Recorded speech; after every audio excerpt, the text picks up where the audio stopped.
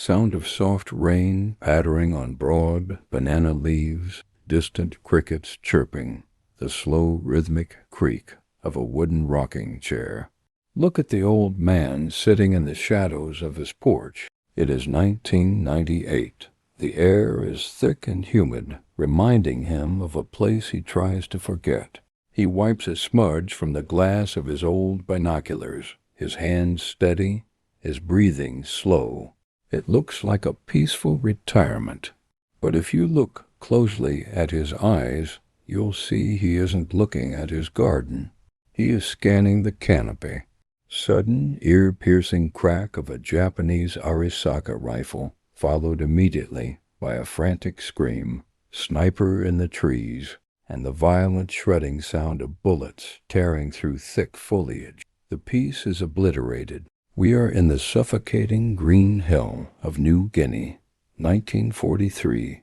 The jungle is alive, and it is killing American soldiers. They're looking for the enemy on the ground, but the death is coming from above. The screen goes black. They didn't fall to the ground. They died in the sky. You are about to enter the lethal world of a forgotten hunter, a man who climbed higher than the enemy to build a trap that defied gravity. This is the story of the Canopy nest, the segregated soldier who built it, and the 30 Imperial snipers who vanished into the leaves. Never to touch the earth again. Private Caleb Hayes was a ghost long before he set foot in New Guinea.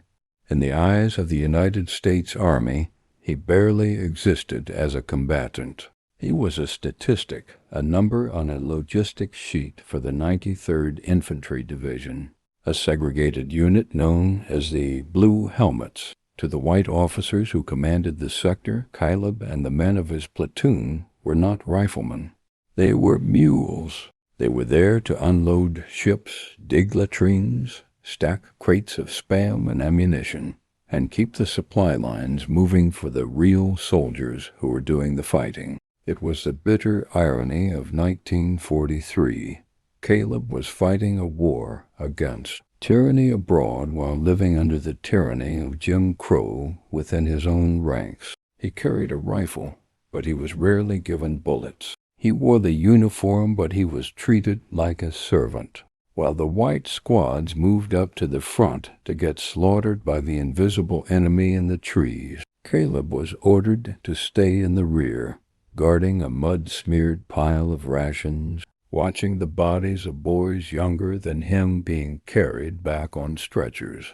But the Army's blindness to Caleb's worth was their greatest mistake, and soon it would be their only hope. What the logistics officers didn't know, what they didn't care to ask, was who Caleb was before the war. They saw a laborer from the Mississippi Delta. They didn't see the man who had kept his family alive during the Great Depression, not with money, but with a single-shot .22 caliber rifle. Caleb was a hunter. He hadn't learned to shoot at a pristine range with paper targets. He had learned to shoot in the deep, tangled pine forests and cypress swamps of the South, where the game was skittish and the foliage was dense. He knew that hunting wasn't about shooting. It was about seeing. It was about understanding the three-dimensional geometry of a forest. Most soldiers looked at the jungle and saw a wall of green. Caleb looked at the jungle and saw a narrative. He understood the language of the leaves. Back home, hunting squirrels and wild turkeys had taught him that death often came from above.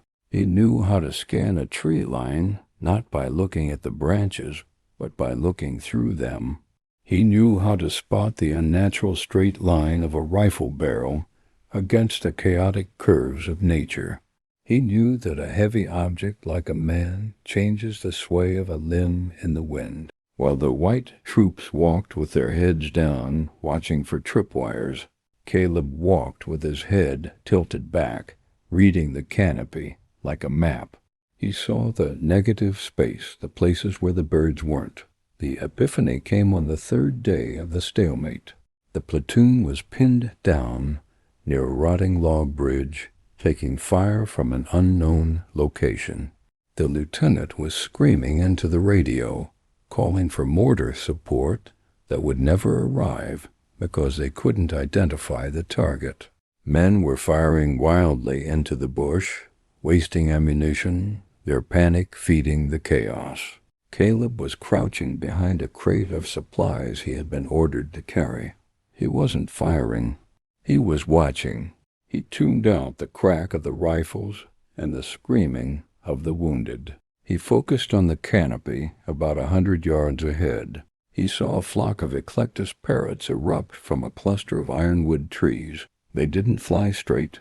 They banked sharply to the left, avoiding a specific, towering banyan tree covered in strangler vines. To the untrained eye, the banyan looked just like every other tree in the green hell. To Caleb, the birds had just painted a giant red X on it. Birds are creatures of habit. They don't veer off course unless something unnatural is in their flight path. Caleb tracked the line of the tree down. He saw a patch of moss that was a slightly different shade of green than the surrounding leaves. It wasn't moss, it was burlap. And then he saw the glint, not a lens flare, but the wet, oily sheen of a gun barrel reflecting the filtered sunlight. The Japanese sniper wasn't hiding. He was terrified of falling, tied so tight to the trunk that he had become part of the wood. Caleb looked at the white soldiers dying in the mud. He looked at the lieutenant, who was on the verge of a breakdown. The chain of command was clear. A black private from a support unit does not give tactical advice to a white officer. It was unheard of. It could get him disciplined. But the logic of the hunter overrode the logic of the soldier. Caleb stood up, leaving his crate in the mud. He unslung his M1 Garand, checking the action. He walked through the crouching men, ignoring their confused looks, and crawled up to the lieutenant's position. "Sir," Caleb said, his voice low and calm, contrasting with the hysteria around him. The lieutenant looked up, his eyes wide with fear and confusion. "Get back to the rear, Private. Keep your head down." "I know where they are, sir," Caleb said, ignoring the order. He pointed a calloused finger toward the canopy. "Not him, them. I know where they're roosting." The lieutenant blinked, wiping sweat and grime from his face. "What are you talking about? We've reconned that tree line twice. There's nothing there." "You're looking for soldiers, sir," Caleb said, his southern drawl thick and deliberate. "You need to be looking for squirrels." The birds gave him away. That banyan tree at 2 o'clock. There's a man tied in the upper fork, and if there's one, there's a mate nearby covering him. The officer hesitated. He looked at Caleb, really looked at him for the first time. He saw a man who wasn't shaking. He saw a man holding his rifle not like a tool of war, but like an extension of his own body. Desperation is a powerful clarifier. The lieutenant realized he had run out of ideas. "Can you hit him from here?" "No," Caleb replied. "He's got the angle. If I raise up to shoot, he'll put a bullet through my eye before I find him in the scope. I can't fight him from the ground, sir. The ground is his kill zone." Caleb paused, looking up at the towering trees above them, the tangled highway of vines and branches that formed a second world above the earth. "I need to go up. I need to get on his level. But I can't do it with this gear." He began to strip off his webbing. He dropped his heavy pack. He took off his helmet, revealing his short-cropped hair to the humid air. He looked at the lieutenant with a steely intensity. "I need rope, a lot of it, and I need permission to leave the perimeter, alone. If I take a squad, we'll make too much noise. I need to disappear." The request was insane. It went against every protocol in the manual. Sending a lone soldier, a support private, no less, into the jungle to fight a duel with elite Japanese snipers was suicide. But the lieutenant looked at the bodies of his men lying in the mud. He looked at the impenetrable wall of green that was slowly killing them all. He realized that the manual had been written for Europe, not for this prehistoric hell. "You have 1 hour, Hayes," the lieutenant whispered, handing him a coil of heavy hemp rope from the engineering supplies. "If you're not back, we're moving out." Caleb took the rope. He slung it over his shoulder, crossing his chest like a bandolier. He didn't salute. This wasn't a military operation anymore. It was a hunt. He turned and melted into the undergrowth, moving with a silence that made the other soldiers shiver. He didn't walk through the brush. He flowed through it. Within seconds, the green gloom swallowed him whole. Private Caleb Hayes was gone. In his place was something ancient, something that remembered that before man built cities, he lived in the trees. He was going to turn the Japanese strategy against them. He wasn't just going to climb a tree. He was going to build a slaughterhouse in the sky. Caleb found his spot about 300 yards to the east of the pinned-down platoon, deep in a section of the jungle that felt older and darker than the rest. He didn't pick the tallest tree. That was a rookie mistake. The tallest trees were lightning rods for artillery and observation. Instead, he chose a massive, gnarled ironwood tree that was strangled by a thick lattice of parasitic vines. It was ugly, chaotic, and dense, perfect for a man who needed to disappear. But Caleb hadn't come here just to climb. He knew that the Japanese snipers, the tree men, as the Marines called them, tied themselves directly to the trunks. It was a solid strategy for stability, but it had a fatal flaw. It made them static. If the wind blew, the tree swayed, but the man remained rigid against the wood, fighting the motion. It made for a jerky, difficult aim in high winds. Caleb was about to engineer a solution that moved with the jungle, not against it. He began his work at the base of the tree, but he didn't start climbing immediately. First, he gathered materials. He scavenged the jungle floor for fallen branches that were still green, thick ferns and long, pliable vines that hung from the canopy like the rigging of a sailing ship. He used his trench knife to cut lengths of kanda vine, a tough, fibrous creeper that was stronger than the hemp rope the lieutenant had given him. What he was building was not a platform in the traditional sense. It wasn't a flat surface of wood nailed to a branch. It was a suspension system. It was a spider web. He climbed to the first major fork in the tree, about 40 feet up. This was the decoy level. Caleb knew that Japanese counter-snipers were trained to look for anomalies in the crooks of branches, dark clumps that looked like nests or supplies, so he gave them exactly what they were looking for. He constructed 2 ghost nests. He bunched up piles of dead brown leaves and wrapped them in vines to create the silhouette of a crouching man. He positioned a ration tin he had brought with him inside one of the clumps, angling it slightly so that when the sun hit it through the leaves, it would create a dull, metallic glint, just enough to look like a rifle scope reflecting light. It was a bait trap, designed to draw the eye and the fire of the enemy. If a Japanese sniper saw the glint, he would fire at the clump, revealing his own position to the real threat lurking above. Then Caleb began the true ascent. He climbed higher, past the 60-foot mark, into the realm of the orchids and the tree frogs. The air here was thinner, slightly cooler, but the wind was stronger.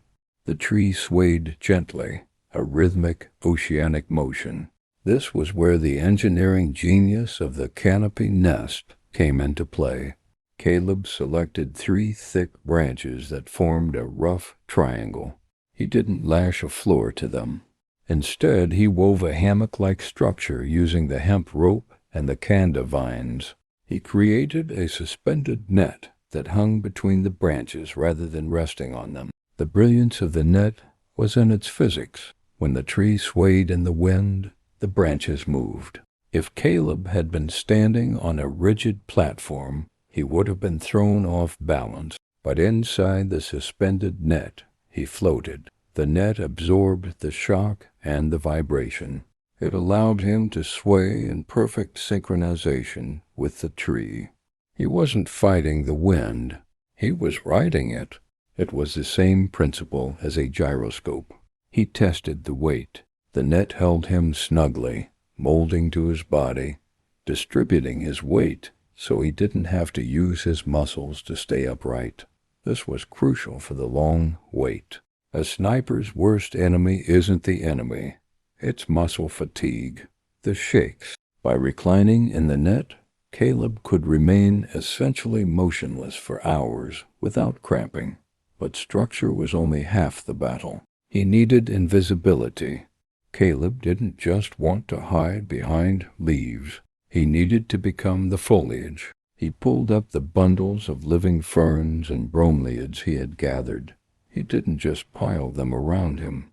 He wove them into the mesh of the net. He was careful to use living plants with their root system still attached to clumps of moss. Cut leaves wither and turn brown in hours, creating a dead patch that stands out against the green. Living plants stay green. He turned his floating nest into a hanging garden. He created a loophole, a small, tunnel-like gap in the vegetation facing the enemy line through which he could thread the barrel of his M1 Garand. From the outside, looking up, the nest looked like nothing more than a dense tangle of parasitic growth, a common sight in the Canopy. Even a man with binoculars looking directly at him would see only leaves and vines. Once the construction was finished, the true torture began. The hunt. Caleb settled into the nest. He checked his lines. He checked his rifle. And then he froze. He initiated the stillness that he had learned in the deer stands of Mississippi, but magnified 1,000 times. The physical toll of the Canopy nest was agonizing. To remain undetected, he could not move. Not an inch. The jungle, sensing a stationary object, began to reclaim him. Red weaver ants, aggressive and venomous, found their way up the vines and into the net. They crawled over his boots, up his legs, and into his shirt. Caleb felt their mandibles pinch his skin, injecting formic acid that burned like liquid fire. He didn't slap them. He didn't shift. He clamped his jaw shut and absorbed the pain, forcing his heart rate to stay slow. He let the ants bite. If he moved to brush them off, the sudden motion would shake the leaves of his nest, a signal that would scream human to the watchers in the other trees. Sweat pooled in the small of his back and trickled down his face, stinging his eyes. He didn't wipe it away. He let it drip. The humidity was suffocating, a wet heat that made every breath a labor. His muscles ached to stretch, screaming for relief, but he denied them. He became a creature of wood and stone. He waited. He watched the canopy across the clearing. The wind picked up, rocking his nest gently. He learned the rhythm of the sway. Back, forth, pause, back, forth, pause. He timed his breathing to the pause. He was 80 feet in the air, suspended in a web of his own making, invisible to the world below and the world above. He was no longer a soldier in the U.S. Army. He was a spider in the center of a deadly web. Hours passed. The sun began to dip, casting long, confusing shadows through the leaves. And then the patience paid off. Caleb's eyes, scanning the sector where he had seen the birds scatter earlier, caught a movement. It wasn't a branch. It was a shape that didn't fit the fractal geometry of the trees. It was the smooth curve of a shoulder. The Japanese sniper was there, tied to a trunk about 50 yards away, and 20 feet lower than Caleb's position. The enemy was looking down, watching the muddy trail where the Americans were pinned down. He was watching the ground. He never expected death to come from above. Caleb slowly, millimeter by millimeter, raised the barrel of the Garand. He threaded it through the loophole in the ferns. He didn't need to adjust for windage. At this range, the bullet would fly true. He didn't need to worry about the sway. He was moving in rhythm with the forest.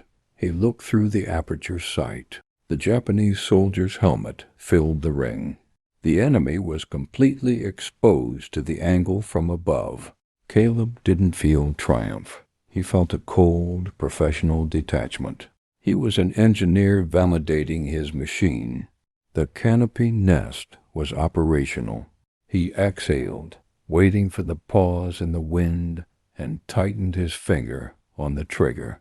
He was the highest predator in the jungle now.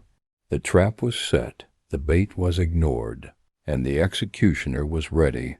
The sun was beginning its slow, agonizing descent toward the western horizon, turning the filtered light of the canopy into a bruised purple and gold. For Caleb, suspended 80 feet in the air, the shift in light was both a blessing and a curse. It offered a respite from the blinding glare that had pierced the upper leaves all afternoon, but it also brought the shadows. In the jungle, shadows are not empty. They are hiding places. Caleb had been in the Canopy nest for 6 hours. His body had become a landscape of dull aches and sharp, stinging fires. The weaver ants had not relented. They patrolled his skin with maddening persistence, and the welts they left behind throbbed in the humidity. His legs, suspended in the vine hammock, were numb from the lack of circulation, a heavy dead weight that he had to mentally check on to ensure they were still there. But he did not move. He did not shift his weight to restore blood flow. He did not scratch at the burning bites on his neck.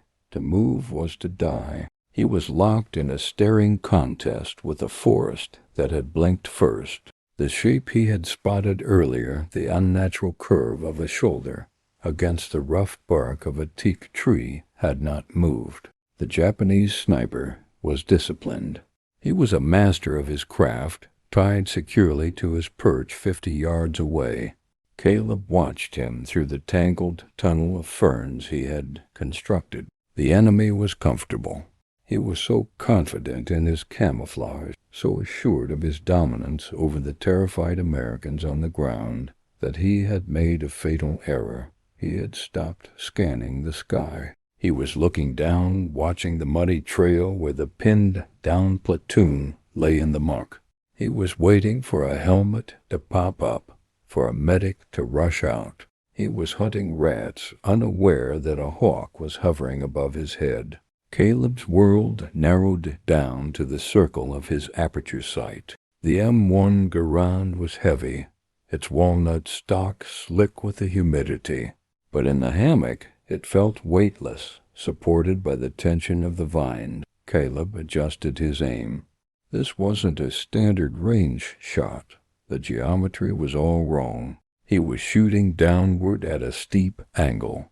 Ballistics changed when gravity was working with the bullet rather than pulling it down. He had to aim slightly low. He focused on the Japanese sniper's helmet. It was covered in a net with woven leaves, blending almost perfectly with the tree. But there was a gap. Between the rim of the helmet and the collar of the tunic, there was a patch of sweat-slicked skin.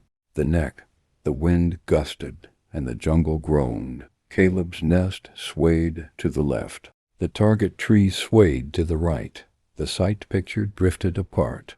A rookie would have panicked, tried to muscle the rifle back on target. Caleb waited. He knew the rhythm now. Sway out, pause, sway in. He let the wind bring the target back to him. He breathed in the heavy, rotting scent of the orchids. He wasn't just a soldier. He was an extension of the tree. The shot had to be perfect, not just for the kill, but for the concealment. Standard infantry doctrine taught soldiers to fear the muzzle flash, the burst of expanding gas and flame that revealed a shooter's position. In the twilight of the canopy, a muzzle flash would look like a lightning bolt. But Caleb had engineered the nest for this specific moment. He had positioned the muzzle of the Garand deep inside a cone of broad, waxy taro leaves he had woven into the front of the blind. These leaves were thick and full of moisture. When the gun fired, the flash would be contained within the cone, the light absorbed and scattered by the green vegetation. It would be a suppressed flash, visible only to someone looking directly down the barrel from inches away. To the rest of the jungle, it would just be a flicker in the shadows. The wind died down. The trees settled. The crosshair drifted over the patch of neck. Caleb applied 3 pounds of pressure to the trigger. The sear broke. Crack, the sound of the .3006 round leaving the barrel was deafening in the enclosed space of the nest, a sharp, violent thunderclap that rang in Caleb's ears. But outside, the acoustics of the canopy played a trick. The dense wall of leaves, the humidity, and the complex layers of branches acted as a sound baffle. The report didn't echo like it would in a canyon. It shattered, scattering in 1,000 directions. To the soldiers on the ground, it sounded like a branch snapping under its own weight. To the Japanese snipers in the other trees, it was a confusing, omnidirectional pop that gave no clue to its origin. Caleb didn't blink. He kept his eye glued to the sight, riding the recoil, watching the result. The reaction of the Japanese sniper was horrific in its stillness. If he had been standing on the ground, the kinetic energy of the bullet would have knocked him off his feet. If he had been perched untethered on a branch, he would have tumbled 80 feet to the jungle floor, crashing through the vegetation. But he was tied. He was lashed to the trunk with thick hemp ropes around his waist and thighs. The bullet struck the base of the neck, severing the spinal cord. The light went out instantly. The sniper didn't scream. He didn't flail. He simply turned off. His head dropped forward, chin hitting his chest. His arms, which had been holding his Arisaka rifle, went limp. The rifle slipped from his fingers, tumbling end over end, falling silently through the leaves until it hit the mud far below with a wet thwack. But the man remained. He hung there, suspended in his harness, swaying gently in the aftershock of the violence. It was a grotesque marionette show. To anyone glancing quickly, he still looked like a sniper in position, watching the trail. Only the unnatural angle of the neck and the limpness of the arms betrayed the death. He hadn't fallen. He was just part of the tree now, a piece of dead wood rotting in the humidity. Caleb exhaled, a long, shaky breath. He didn't celebrate. He didn't rack the bolt immediately to eject the casing, knowing the metallic ping of the clip ejecting might give him away if he emptied the magazine. He stayed frozen. This was the most dangerous moment. The shot had been fired. The game was in play. Now he had to see if the jungle would fight back. He waited for the return fire. He waited for the angry hornet buzz of bullets shredding his nest. He waited for the shout of Japanese voices identifying his position. Silence. Absolute, terrifying silence. The birds had scattered at the sound of the shot, leaving a vacuum in the air. Below, on the ground, the American soldiers were huddled in the mud, confused. They had heard the shot, but they hadn't seen a tracer. They hadn't seen a body fall. They didn't know if it was friend or foe. But in the trees, the panic was different. It was a cold, creeping realization. Caleb scanned the other potential hides, the clumps of moss, the dark forks in the mahogany trees. He saw nothing. but he sensed the movement. The other Japanese snipers in the sector, and Caleb knew there were at least 2 or 3 more covering this kill zone, were freezing. They were masters of the high ground. They were used to looking down at helpless targets. Suddenly one of their own had just died, his rifle falling to the earth, but the death had come from nowhere. They were frantically scanning the ground, looking for the muzzle flash of an American rifleman. They were looking at the roots.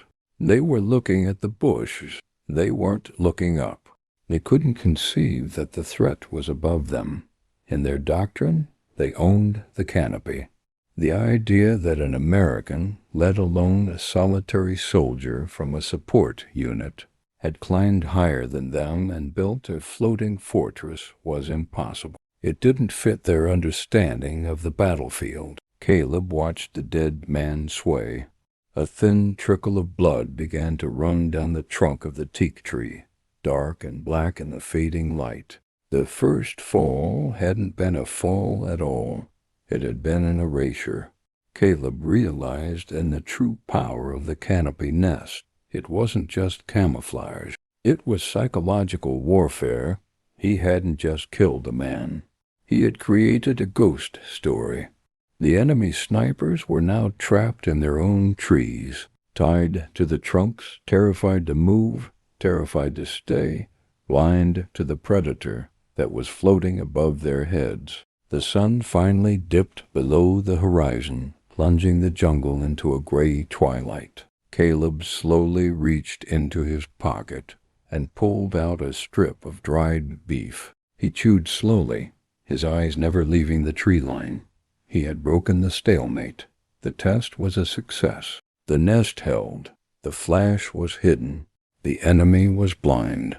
Now the real work would begin. There were 30 of them out there, 30 men tied to trees, 30 confident killers who thought they were safe in the sky. Caleb swallowed the food, feeling the strength return to his limbs. He checked the action of his rifle. The night was coming, and for the first time in the Pacific campaign, the darkness belonged to the man in the nest. He wasn't going to come down, not until the trees were empty, not until they all vanished. The war in the trees did not end with the first kill. It evolved. Caleb knew that in the jungle, a predator that stays in one place eventually becomes prey. The Japanese snipers were static, tied to their trunks like barnacles to a ship, but Caleb had designed the Canopy nest to be mobile. As the sun vanished and the jungle plunged into the absolute, suffocating blackness of the night, Caleb did not sleep. While the soldiers on the ground huddled in their foxholes, praying for dawn, Caleb began the dangerous work of relocation. He worked by touch alone, untying the hemp ropes and the canda vines in pitch darkness 80 feet above the ground. One slip meant a silent, terrifying plummet to his death. He moved like an arboreal creature, dismantling his spiderweb and creeping across the interlocking branches to a new sector, 50 yards to the north. He rebuilt the nest in the dark, weaving the ferns and moss by feel, fighting the exhaustion that clawed at his mind. By dawn on the second day, the Japanese were no longer fighting a single sniper. In their minds, they were fighting a phantom platoon. When the light filtered through the mist, Caleb was in a position they deemed impossible, directly above their left flank. He spotted 2 snipers tied to a mahogany tree, sharing a canteen. They were looking toward his old position. Caleb took them both within 10 seconds. Crack, crack. The suppressed flash of the Garand hidden in the taro leaves gave nothing away. The men slumped in their harnesses, dead before they could drop the canteen. By the 3rd day, the body count had risen to 12. The psychological impact on the Imperial troops was catastrophic. The Japanese doctrine of the tree sniper relied on invisibility and the enemy's inability to look up. Now the dynamic was inverted. The Japanese soldiers tied in the trees realized they were trapped. They couldn't descend during the day without being spotted by the Americans on the ground. But if they stayed up, the green ghost would find them. They were sitting ducks, lashed to their own coffins. Panic began to erode their discipline. On the fourth afternoon, the heat was sweltering, a wet blanket that made the air shimmer.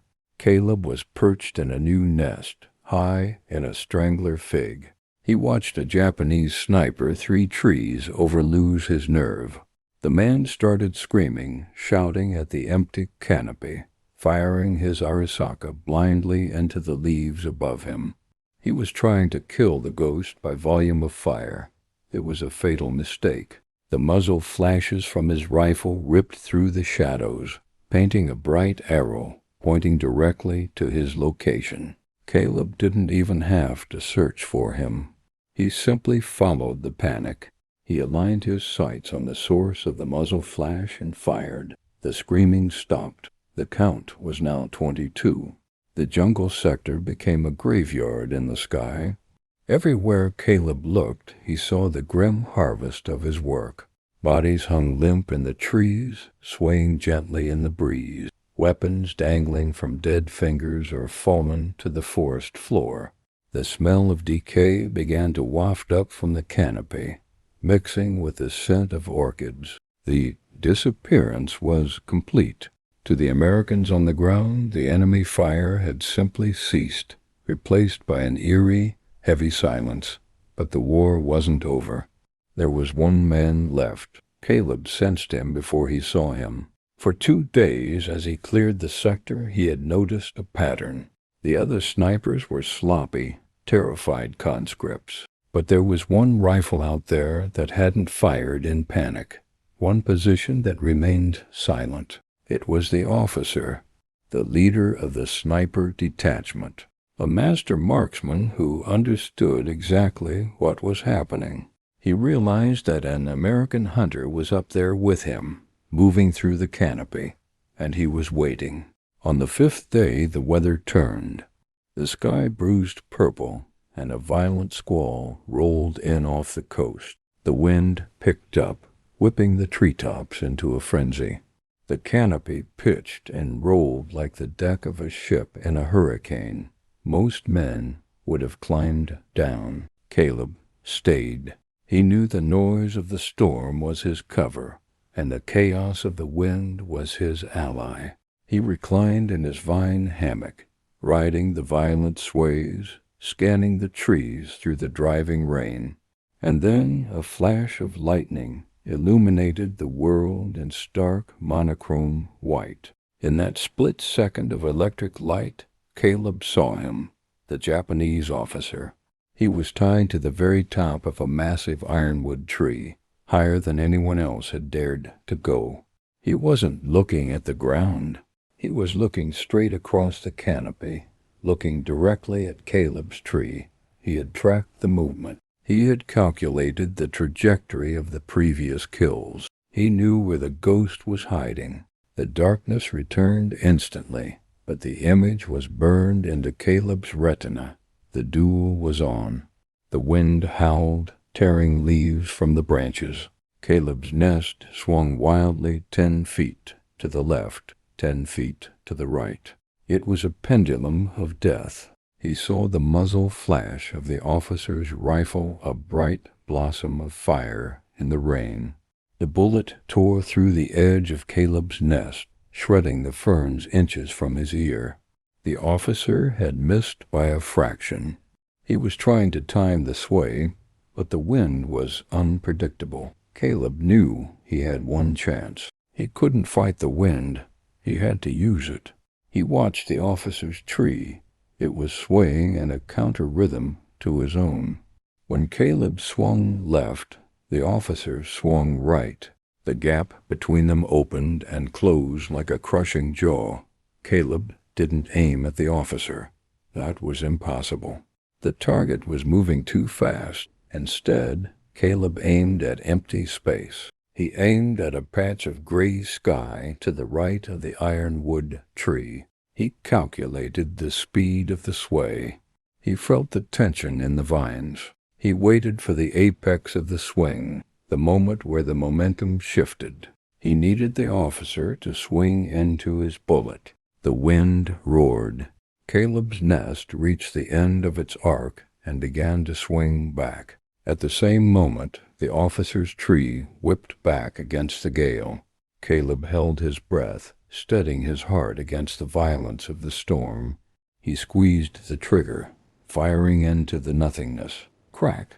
The bullet flew across the 50 yards of rain-swept void. For a heartbeat, it seemed like a wasted shot. But then physics and fate collided.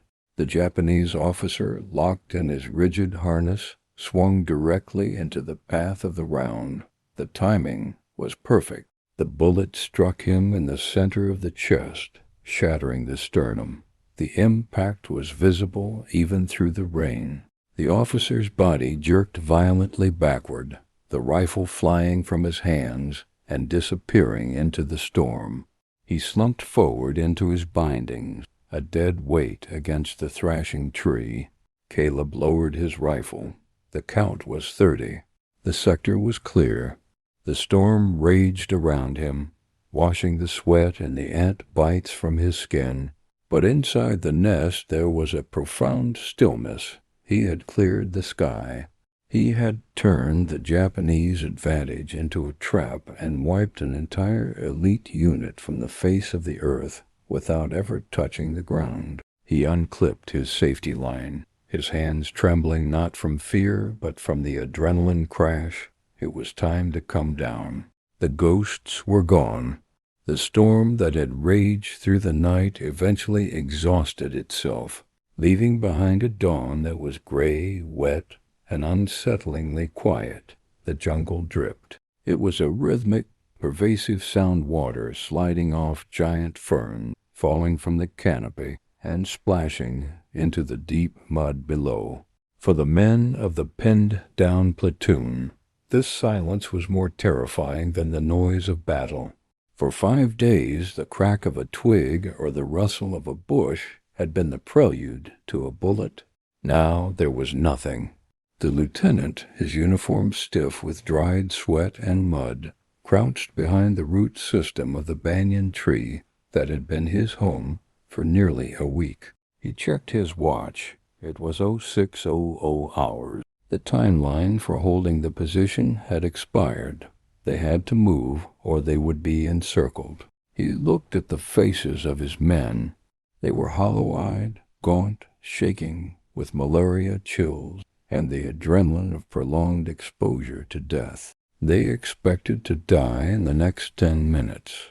The order was given in hand signals. Fix bayonets. Rise. Advance. The men stood up from the muck, their knees cracking, their rifles raised toward the green wall ahead. They moved forward in a skirmish line, flinching at every drop of water that hit their helmets, waiting for the inevitable crack of the Japanese Arisakis. They waited for the scream of sniper. They waited for the first man to drop. But they took 10 steps, and nothing happened. They took 20. They reached the edge of the clearing where the first sergeant had been killed days ago. Still, silence. The jungle felt different. It felt empty, devoid of the predatory pressure that had weighed on them for so long. It was the radio man, a young kid from Ohio, walking near the center of the line, who stopped first. He didn't stop because he saw an enemy soldier in the brush. He stopped because a drop of dark, viscous liquid had fallen from the canopy and landed on his hand. He wiped it off, thinking it was tree sap, but it smeared red. He looked up. His scream was not a cry of combat, but a sound of pure, primal horror. Sweet Jesus, look up. Look at the trees. The entire platoon halted and tilted their heads back. The sight that greeted them was something that defied the sanity of modern warfare. It was a scene from a medieval nightmare, a forest of gallows constructed by nature. High above them, in the filtered light of the morning sun, The canopy was filled with bodies, Japanese snipers, dozens of them. They were not lying on branches or hidden in nests. They were hanging, suspended by the safety ropes they had tied around their waists to prevent falling. They dangled in the empty air like broken marionettes. The wind, still gusting gently after the storm, pushed the bodies in a slow, macabre dance. They swayed back and forth, bumping against the trunks or tangling in the vines. Some hung by their feet, inverted where the rope had caught their ankles. Others hung by their waists, their arms limp, their rifles gone, staring down at the Americans with dead, glassy eyes. There were 10 of them in the first cluster of trees, 10 more further back. As the platoon moved deeper into the sector, the scale of the massacre became undeniable. Everywhere they looked, the sky was cluttered with the dead. It was a graveyard in the air, a suspended abattoir that stretched for 200 yards. The lieutenant walked through the mud, his mouth open, his mind unable to process the data. He counted 25, then 28, then 30. 30 elite Imperial marksmen, the ghosts who had pinned down an entire company, were dead, and there wasn't a single American shell crater. There wasn't a single sign of a firefight on the ground. The jungle floor was pristine.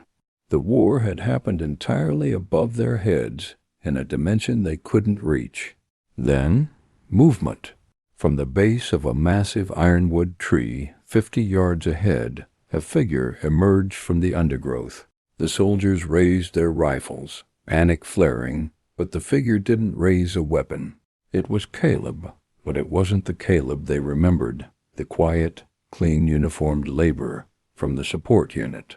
The man standing before them looked like he had grown out of the earth.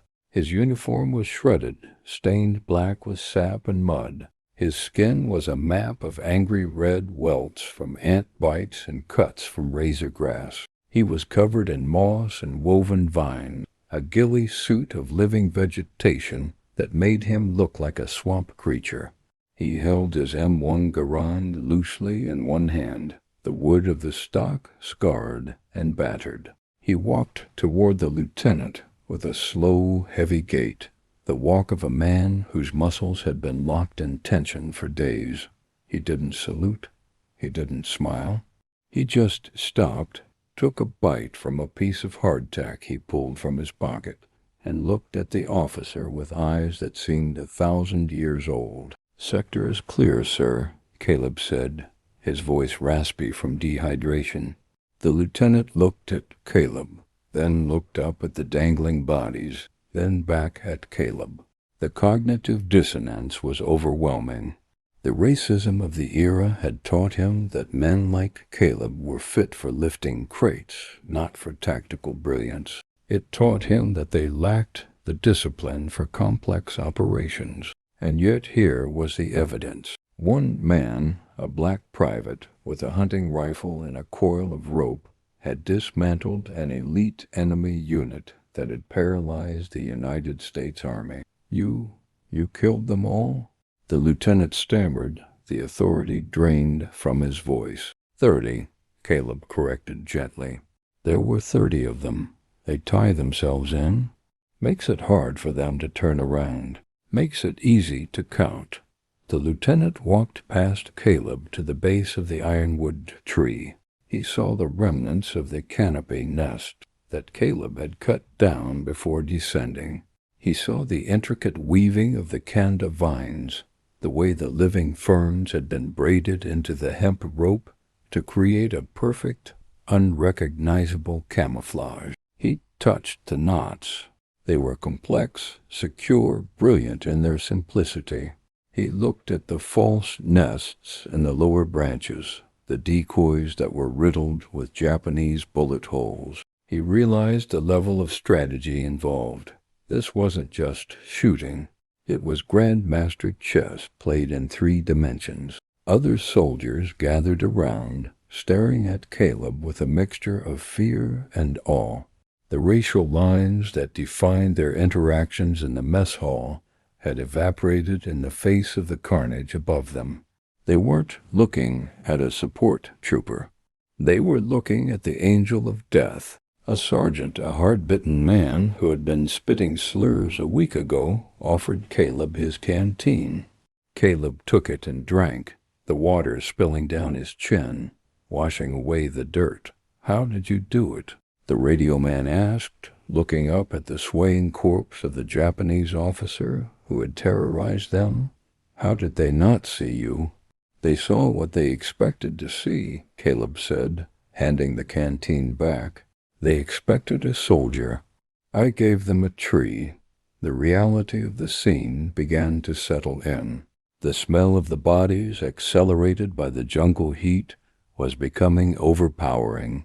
The flies were starting to swarm around the suspended dead.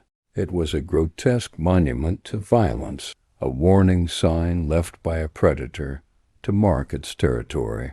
The lieutenant realized they couldn't stay here. It was a haunted place. The optics of it, the sheer brutality of the hanging men, was disturbing even for war-hardened infantry. We can't leave them like this," the lieutenant said, his voice weak. "We should cut them down, bury them." Caleb shook his head slowly. "No time, sir, and no point. The jungle will take them down in a week. The ants and the birds need to eat too." The cold pragmatism of the statement silenced the group. Caleb had spent 5 days living as part of the food chain. He understood the jungle's rules better than the army's regulations. He picked up his pack, slinging it over one shoulder. He was done. The adrenaline was fading, replaced by a bone-deep exhaustion. "We need to move to the ridge," Caleb said, pointing north. "The way is open. There's nothing watching us anymore." The lieutenant nodded, pulling himself together, trying to regain the veneer of command. "Right. Move out. Column formation. Keep your eyes open." But as the platoon formed up and began to march past the hanging graveyard, nobody looked at the ground. They walked with their heads down, but their eyes were darting upward, flinching at the shadows of the swaying bodies. They gave Caleb a wide berth, a circle of respect and unease. As they left the sector, the lieutenant looked back one last time. He saw the 30 bodies turning slowly in the wind, a silent, grim wind chime made of flesh and bone. He realized that he would have to write a report about this. He would have to explain how the sector was cleared. And he realized with a sinking feeling in his gut that no one back at headquarters was going to believe the truth. They wouldn't believe that the ghost of the Pacific was a man they hadn't even bothered to issue a combat badge. The order was given to pick up the pace. They left the dead in the sky, marching away from the miracle, eager to put the silence of the forest behind them. The war did not end for Caleb Hayes with a parade. It did not end with a handshake from a general or a newsreel crew filming his return. It ended the moment he stepped out of the tree line and handed his rifle back to the quartermaster. In the eyes of the 93rd Infantry Division, the emergency was over. The sector was clear. The desperate need for a hunter had passed, and the rigid social structure of 1943 reasserted itself with the weight of a sledgehammer. Caleb was ordered to return to his support company. He was told to pick up a shovel.